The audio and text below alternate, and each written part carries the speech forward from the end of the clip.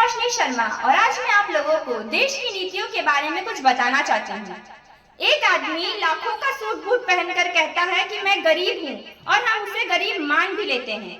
CBI, NIA जैसी agency जिस आदमी के हाथ की कठपुतली है, वो आदमी कहता है कि हमें सताया जा रहा है और हम मान भी लेते हैं।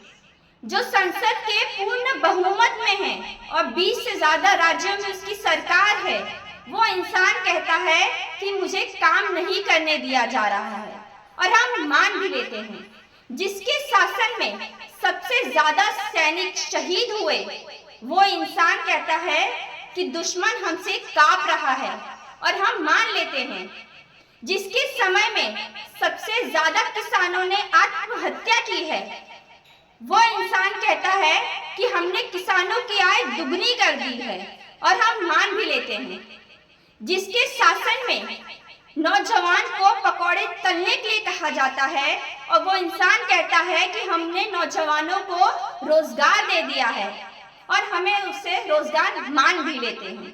जिसके शासन में सबसे ज्यादा बलात्कार हुए हैं, वो इंसान कहता है कि हमने बेटी बचाओ बेटी पढ़ाओ अभियान चला रहे हैं।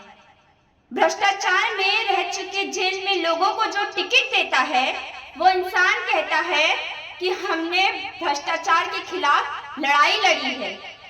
अंत में मैं कुछ लाइनें कहकर अपनी वाणी को विराम दूंगी। लिखने लगी हैं हाथों से अब तकदीर नारियां, लिखने लगी हैं हाथों से अब तकदीर नारियां, ना पिता पुत्र पति की है जागीर नारियां। लिखने लगी है हाथों से अब तकदीर नारियां, ना पिता पुत्र पति की है जागीर नारियां।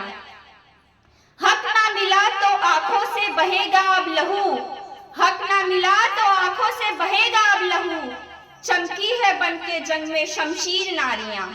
इसी पे मैं अपने वाणी को विराम देती हूँ। जय भीम, जय भारत, नमो बुद्धाय।